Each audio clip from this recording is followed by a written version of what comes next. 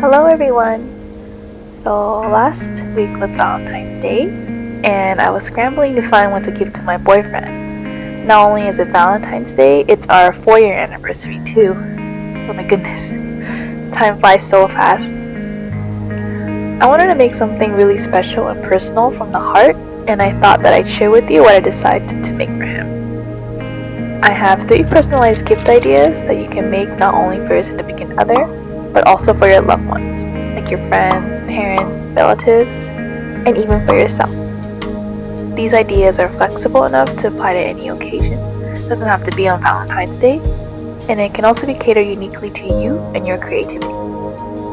I'll also be sharing with you some alternatives that you can create with these ideas, but the possibilities are pretty much endless.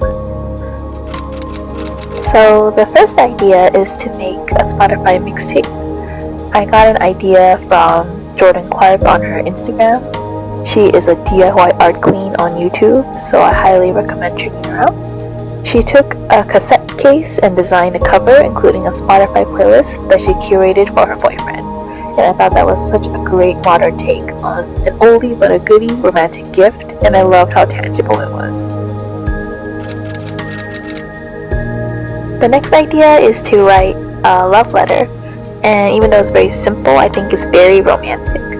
It reminds me of the movies where couples would have to write love letters and snail mail, and it used to be the only medium where you could put all your heart and soul into something. And I think that's so pure. And the last idea is to make a storybook scene.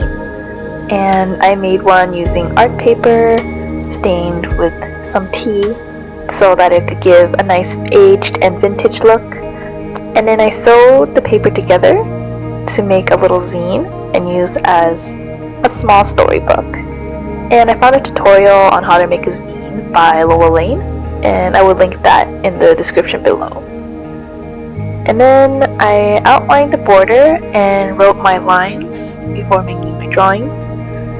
And I used the Sakura pigma microns for all of my drawings. And I absolutely adore these pens. They're so thin, they're smudge proof and waterproof, so they're perfect for watercolor.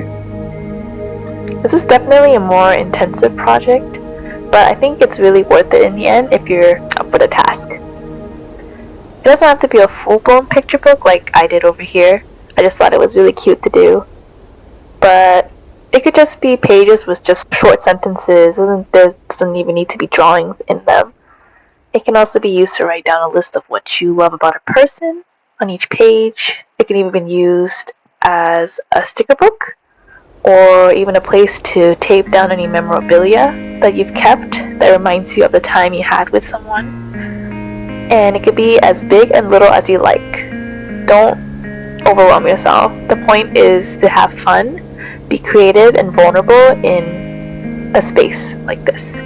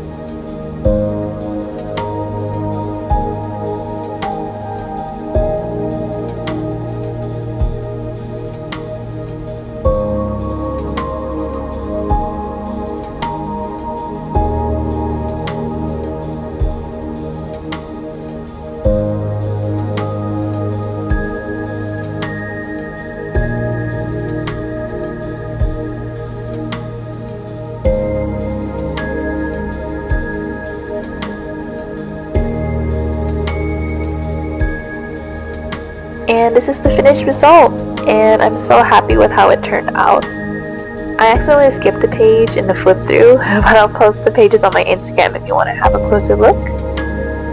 And I hope you found these 3 ideas to be helpful. I thought that they were the best mediums to convey any emotion onto paper. I hope you enjoyed it. Please leave me a like and comment and subscribe to my channel for more videos. If you would like to see my drawings in more detail, head over to my Instagram at loveajournal, and I'll see you in the next one. Take care, everyone.